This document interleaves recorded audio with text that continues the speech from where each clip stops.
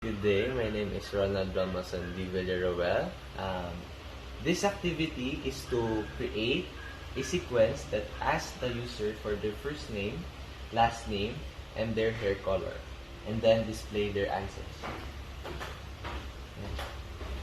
First, as you can see, on this side, ito po yung mga tools. Then, here po, you're going to put a first sequence para sa ating unang program.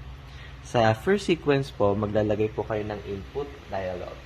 Sa input dialog po, syempre maglalagay kayo ng title. You're going to put query 1. Then, sa next po ay yung label ng ating text box, yung papalabasin po natin. So, dito po, first name. You're going to put first name. Tapos, sunod. Ito pong mga first name na to, last name, hair color. Yan po ang ating variable. Na makikita nyo naman po dito sa kabilang side. Yun nga po, na una, nagawa na natin ng yung first variable po natin, nagawa na po natin. Sunod, you're going to input another input dialog para sa ating pangalawang text box, which is yung last name. Sa last name naman po, makikita po natin yung last name na i-input nyo, syempre.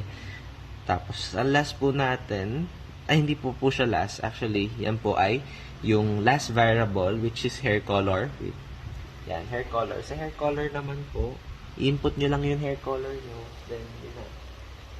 Tapos, ang last po natin ay itong message box. Dito po sa message box, makikita nyo ito. Kapag ni-run ko po yung mismong program, ito po siya. Yan. Yan. Una, lalabas yung what is your first name? Ronald. Tapos, after nyo, yan na po yung pangalawang input dialog natin. Hindi siya ang input dialog, pero yan po.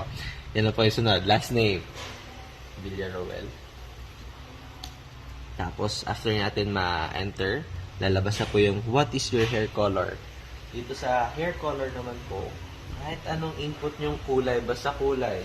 Kasi yun yung hinahanap natin eh. Black. Enter.